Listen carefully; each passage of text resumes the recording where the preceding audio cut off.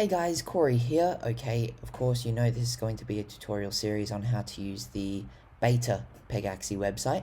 There's probably just going to be different parts uploaded to YouTube. Just follow them, step 1, step 2, step 3, step 4. Just go through all of them before you do dive into the game. I'll go through it as quickly as possible. We're going to go through each section, one per video. So this one here, I'm probably just going to go through the racing section for you guys. Because this is really the main point where you're going to be earning from. Then after this one, it'll be breeding. Then I'll go to marketplace and renting.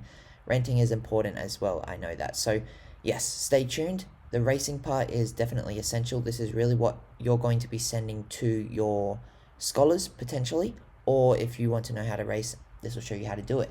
So when you log in, you're going to be connecting the wallet that is connected to the website originally that holds your Pega.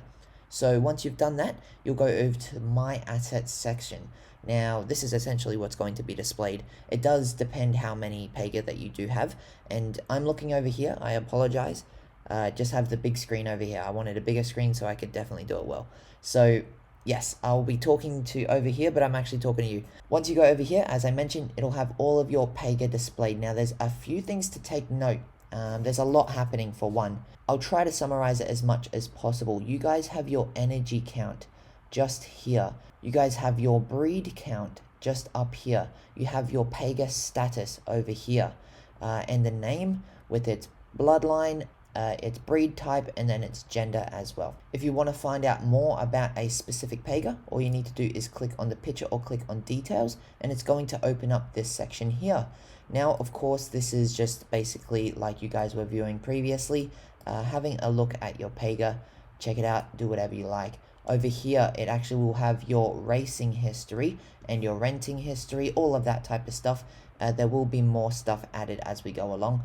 These are, I guess, the small things that we will pick up along the way that will be added as we expand, as we develop. So there's going to be a few things missing that you guys wish you could see, but for now, that's what you see. We will add it, don't stress. And over the right hand side, inside the details, of course, you can see transfer, you can see sell. Transfer is just sending it to someone, so you would just get their wallet address, whoever you're sending it to, then simply click transfer, accept all the MetaMask pop-ups, and you're good to go.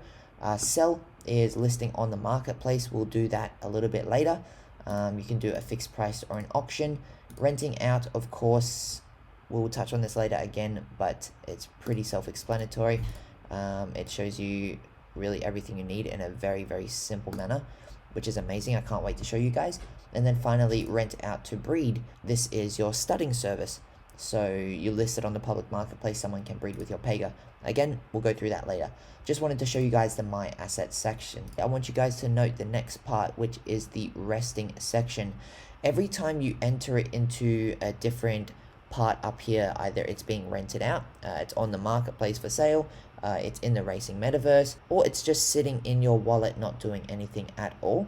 What it will show here is resting if it's doing nothing at all, but if it's being rented out, it'll just say rented or renting.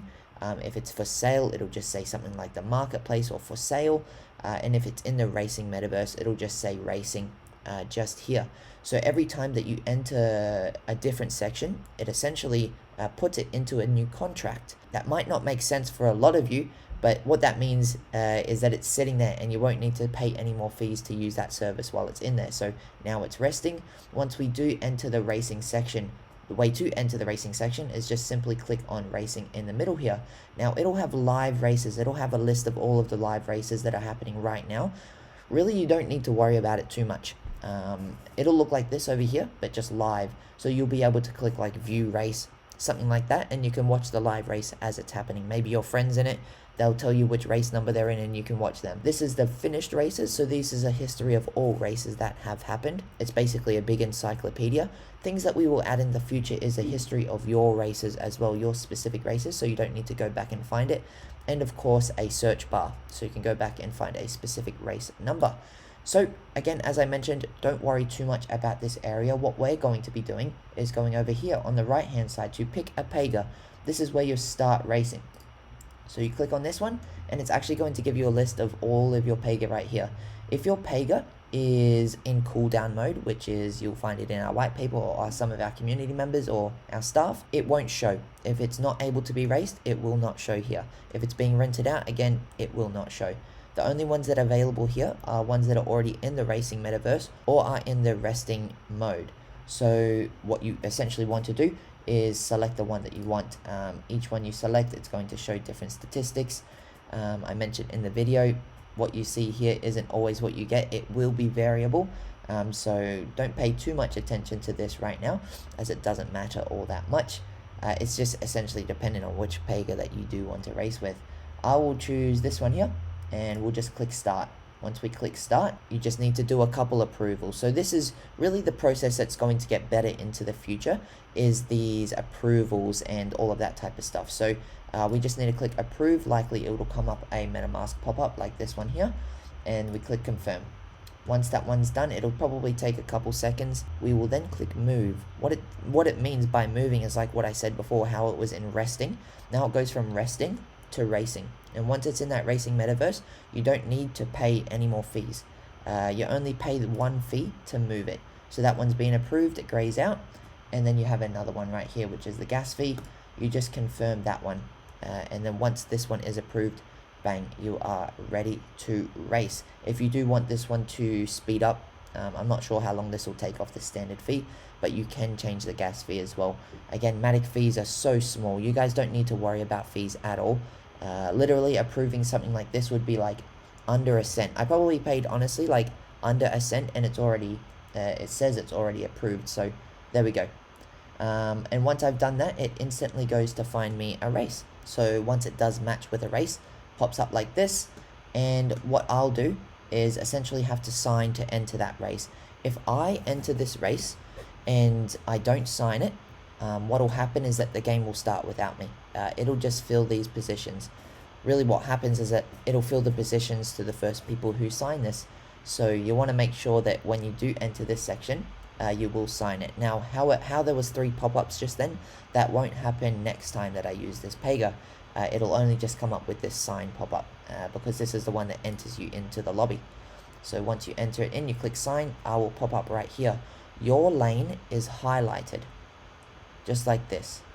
That means it's your lane. So all of the others will stay unhighlighted, as you'll see here, fully unhighlighted, and as they gradually come in, they will stay unhighlighted. So it's quite easy to see what yours is. Down the bottom right here, you'll actually see a pop-up. What's popping up is every time someone joins. So it's just a little bit of a notification bar you'll see there.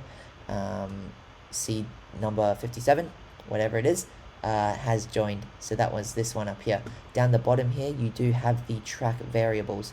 So this one right here is track direction. This one here is wind direction. This one here is wind speed. This one here is temperature. This one here is light, so how bright it is. This one here is humidity. Each one affects, obviously, the variables up here as well. I do expect this one to expand and get a little bit more complex. I won't tell you guys exactly how they relate. I want you guys to, of course, figure it out yourself. If you want to see some of the information about your competitors, you can actually just click on them and it'll pop up over here, which you can interact with. So I want to see Mr. Donkey 04, and as I can see right here, that's Mr. Donkey, and then I'll click on the next one, it'll load it as well. You can also see its statistics here at the top. So I've got a full lobby, and then it starts the countdown straight away, and the Pega start racing. And this is exactly what a race looks like. So you'll be able to see here the highlighted in gold, silver, and bronze. It's pretty obvious what that means. That's their position in the race. So every time that does change, you will see the color change. We tried to make it as obvious as possible. And again, your one is the highlighted one. One thing I do want to note with it is that the race isn't that exciting at the moment now. In the future, we do plan to possibly increase the speed of the races while it's in this 2D phase before we integrate the 3D phase, so that you guys can actually do more races. Now, the rewards will be smaller, but you can do more races, so it will even out. We just want the action to be a little bit more exciting. This looks like a seriously close race, and I'm actually hoping that I'm winning. I'm close to it anyway, but that guy is just holding on. This is interesting. This is the closest race that I have seen in the testnet. Looks like they're splitting apart now. but that was pretty exciting for a second there. At the top here, if you did want to see the race statistics, of course, this is the race number, if you want to note it. And then you've got the prize pool as well. You've got the exact time, basically the timestamp and the distance of the race. So that's 3,500 meters right there. Essentially, the race is about to end. And you can see them ending here. These are the times that it does register you at. So we got 138.299. This one was 133.333. It looks like that time was probably a little bit bugged there, but that's just part of it. This is a test net, of course, so you're going to find some small things like that. You'll also find some small display errors where it might display the same Pega twice. We've seen it, so it's likely that a fix is already being done. But any small things like that, you can of course absolutely raise it to us in the bug section on Discord if you did want to submit one. That's totally fine. We're totally open to that, and it would help us a lot. So possibly there is something that we have missed, and it would make our life 10 times better if you just let us know.